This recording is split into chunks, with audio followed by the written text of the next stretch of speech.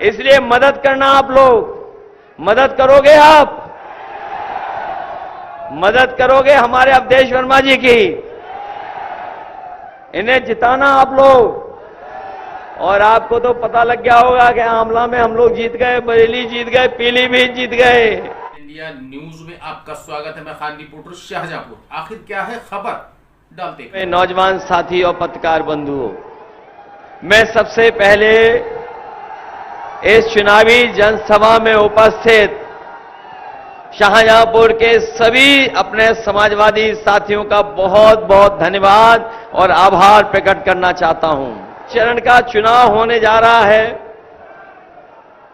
और हमारे तमाम साथियों को ये जानकारी हो गई होगी कि अभी तक जितने भी चरण हुए हैं, पहला, दूसरा और जहां पर कल वोट पड़ा था तीसरा चरण, समाजवादी पार्टी और इंडिया गठबंधन के पक्ष में जनता ने समर्थन देकर के सबसे ज्यादा सीटें अगर कोई जीतने जा रहा है तीनों चरणों में, तो समाजवादी पार्टी और इंडिया गठबंधन जीतने जा रहा है।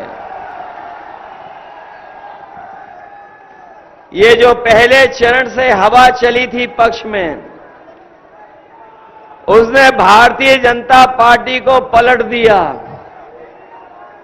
और मैं आज शाहजहांपुर के लोगों से निवेदन और अपील करने आया हूं, जो झूठ के शहंशाह हैं, मैं शाहजहांपुर के लोगों से अपील करने आया हूं, जो झूठ के शहंशाह हैं, उनके खिलाफ मतदान कर करके उनका सफाया करने का काम करना।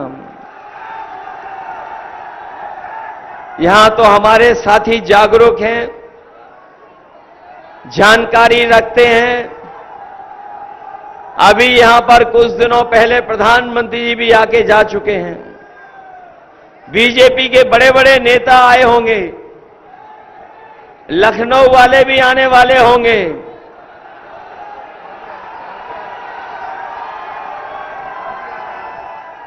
ये लखनऊ वाले और दिल्ली वालों ने मिलकर के जो झूठी बातें की हैं, जो झूठे आपको वादे किए हैं, उनका हिसाब किताब करने का समय आ गया है। और पिछले 10 साल का हिसाब किताब निकालें तो इन भारतीय जनता पार्टी के लोगों की हर बात झूठी निकली, इनका हर वादा झूठा निकला। ये वही लोग हैं भारतीय जनता पार्टी के जिन्होंने किसानों से कहा कि आपकी आय 2 गुनी हो जाएगी। बताओ, हमारे किसान भाई बैठे होंगे, यहां पर किसान भाइयों के परिवार के लोग हैं। अगर किसी भी फसल की ये सरकार कीमत दिलवा पाई हो और अगर हम लागत के हिसाब से हिसाब किताब लगाएंगे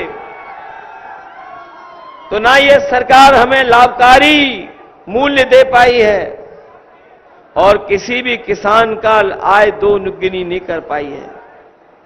अगर किसी भी किसान की आय 2 गुनी हो गई हो तो बताइए, ना आय 2 गुनी हुई। और जब हमारा किसान अपने हक की लड़ाई लड़ने दिल्ली गया तो आपको पता होगा इन बीजेपी वालों ने न जाने कितना अन्याय किया है उनके ऊपर। हमारे यहां सिख भाई बैठे हैं, किसान भाई बैठे होंगे, उन्हें याद होगा जब काला कानून, जब 3 काले कानून इन्होंने लोकसभा से पास करने का काम किया था। उस समय न केवल उत्तर प्रदेश बल्कि देश के किसान धरने पर बैठ गए थे और किसानों ने धरने पर देकर के उन्होंने मांग की थी कि तीनों काले कानून वापस हो जाएं और उन्हें एमएसपी का कानूनी अधिकार मिल जाए। इन्होंने, बीजेपी के लोगों ने आंदोलन को खत्म करने के लिए पूरा का पुलिस प्रशासन लगा दिया, आरसीसी की दीवारें लगवाई, सड़कों पर कीलें लगवा दी थी। कोई भी अगर ट्रैक्टर में भी अगर डीजल भरवाने जाता था तो उसे ट्रैक्टर के लिए डीजल नहीं मिलता था। सड़कें रोक दी गई थी, लेकिन हम अपने किसानों को बधाई देना चाहते हैं। सरकार और प्रशासन ने कितनी भी रुकावट पैदा की होगी, लेकिन किसान दिल्ली जाकर के बैठ गया। 1000 तक किसान शहीद हो गए, लेकिन किसान पीछे नहीं हटे। तभी हटे जब सरकार ने तीनों काले कानून वापस ले लिए। इससे ज्यादा परीक्षाओं के पेपर लीक हो गए। और अभी हाल में ही जो पुलिस भर्ती हुई थी, जिसकी तैयारी के लिए सरकार ने कहा कि हमने पूरा इंतजाम कर लिया है, सुरक्षित इंतजाम किया है, इसका पेपर लीक नहीं होगा, 2 दिन परीक्षा कराई। हमारे नौजवानों को भरोसा था कि इस बार तो कम से कम पुलिस की नौकरी मिल जाएगी। लेकिन जब नौजवान परीक्षा देकर के घर लौटा तो उसे पता लगा कि पेपर लीक हो गया। सब नौजवान निराश हो गया और अंततः सरकार को अपनी परीक्षा रद्द करनी पड़ी। मैं सरकार को कहना चाहता हूं, जो हिसाब किताब है इस बार बोर्ड का, इस सरकार ने 60 लाख नौजवान जिनकी परीक्षा हुई थी, जिनकी परीक्षा रद्द की है, ऐसे 60 लाख नौजवान हैं। और अगर केवल उनके घर परिवार के मां बाप को जोड़ लें हम, 3 सदस्य अगर इस सरकार के खिलाफ हैं, तो बताओ 60 लाख का गुणा अगर हम 3 से कर दें तो बताइए 1 करोड़ 80 लाख इनके खिलाफ हैं कि नहीं है। और यही 1 करोड़ 80 लाख लोग अगर हम 80 लोकसभाओं से भाग दे दें तो बताओ हर लोकसभा में 2,25,000 वोट कम हो गया कि नहीं हो गया? हुआ 2,25,000 वोट इनका कम। तो भारतीय जनता पार्टी के लोग बचेंगे कैसे, ये बता दो आप। इस बार बच तो नहीं जाएंगे ये लोग। और फिर अग्निवीर वाले भी आए होंगे कुछ यहां पर नौजवान।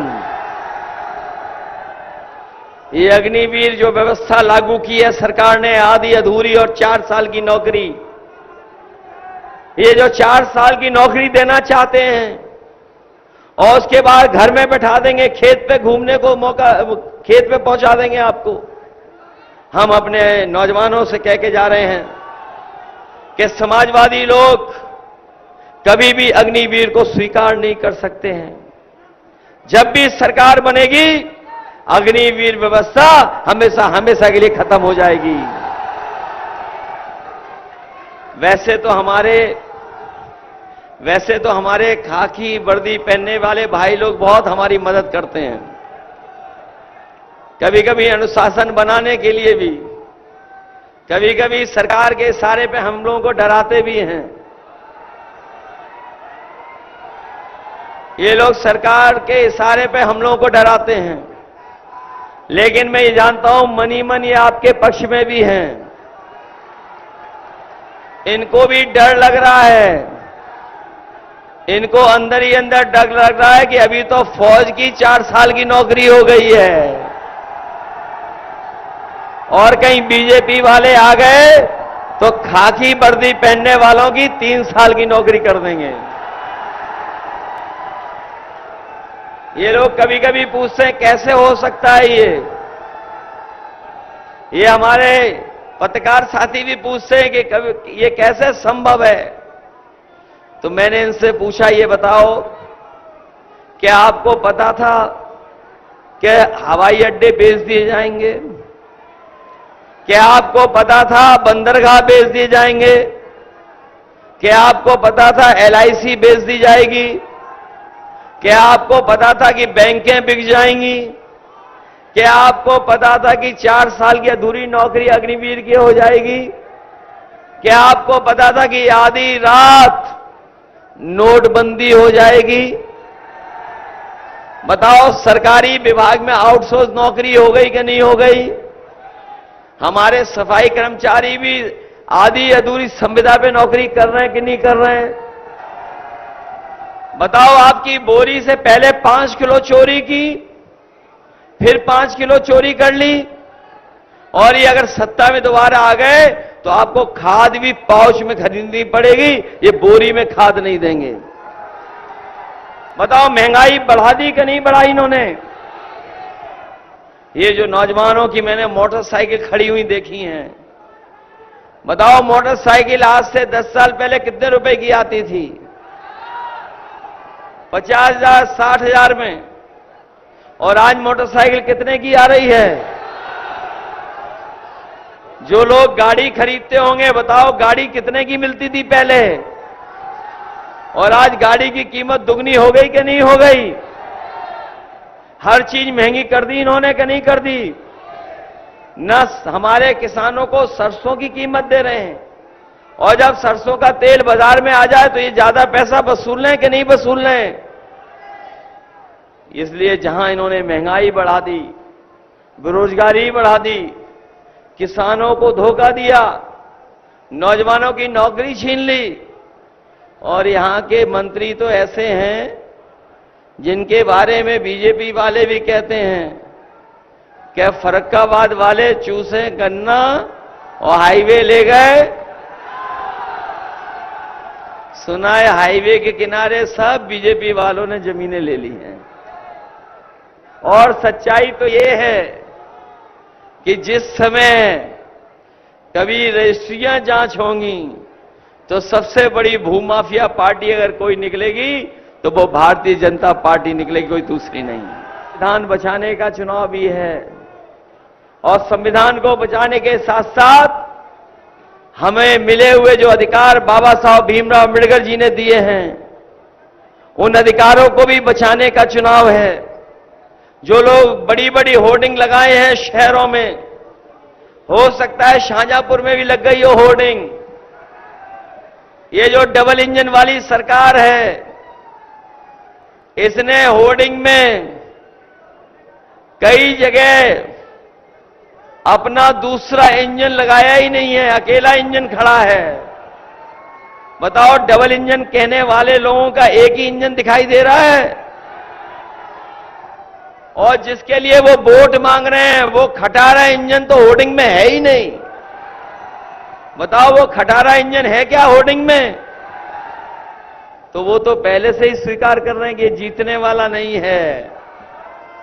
इसलिए मदद करना, आप लोग मदद करोगे, आप